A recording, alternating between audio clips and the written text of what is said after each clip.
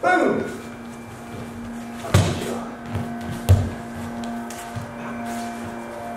One. Hit. Pop, pop, pop.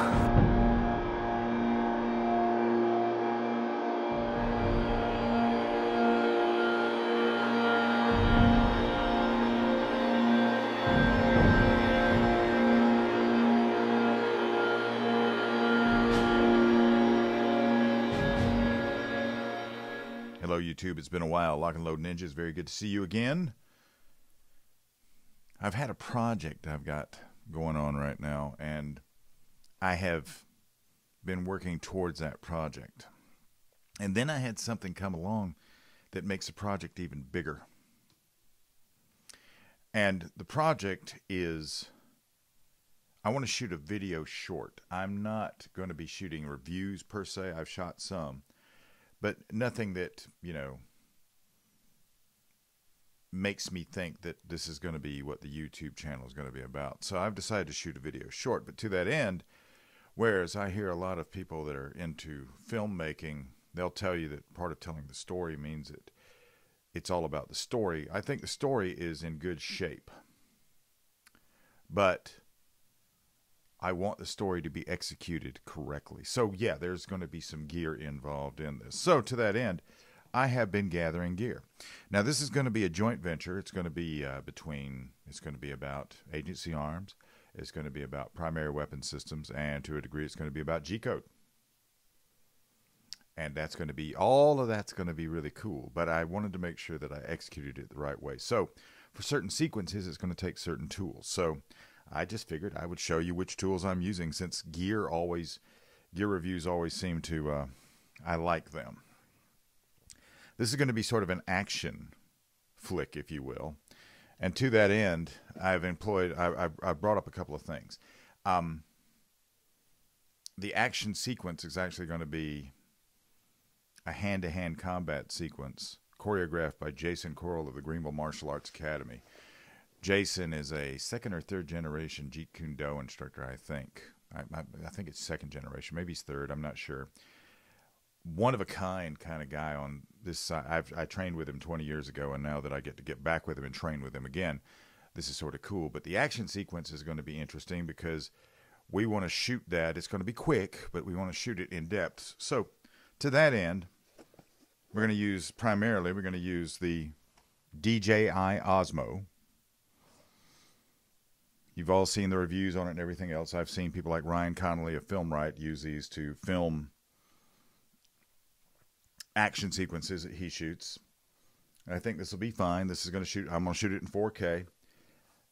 That'll be for in close. Then there's going to be certain sequences where I want to do things in slow motion. And I have resisted the urge to get out there and upgrade this. This is my Sony RX10 Mark II. When this came out, this is the same time as the 6300 came out, the A6300, and the A7S2 and the A7R2. And all I heard about with those other cameras was the 6300 didn't have a headphone jack, which this one has a headphone jack. I heard that all three of those cameras had overheating issues. This one doesn't have those overheating issues. With the A6300, nobody likes where the memory card is, and there's the memory card on this one.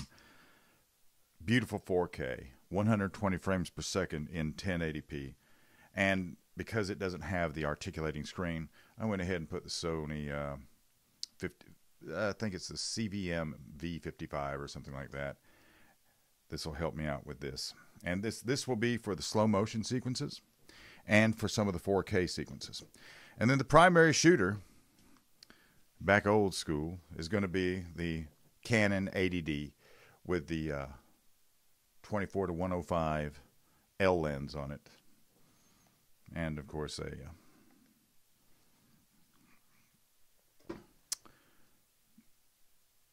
the ubiquitous Rode mic on top of it, of course. So when I was putting all this together, the really cool part about this is when I was putting all this together, all of a sudden, out of the blue, I got contacted by this company called Broadband TV, which helps you develop YouTube videos and get more views and everything else. And that's why I made, in the beginning, I was just going to be filming with this. because this was the camera I had, and I was going to be filming with this one and just rearranging. This is going to be a production. This is going to be a production. I got a lot of help on this one. So that's what's going on. I just wanted to touch base with you, let you know. I'm not a filmmaker at all.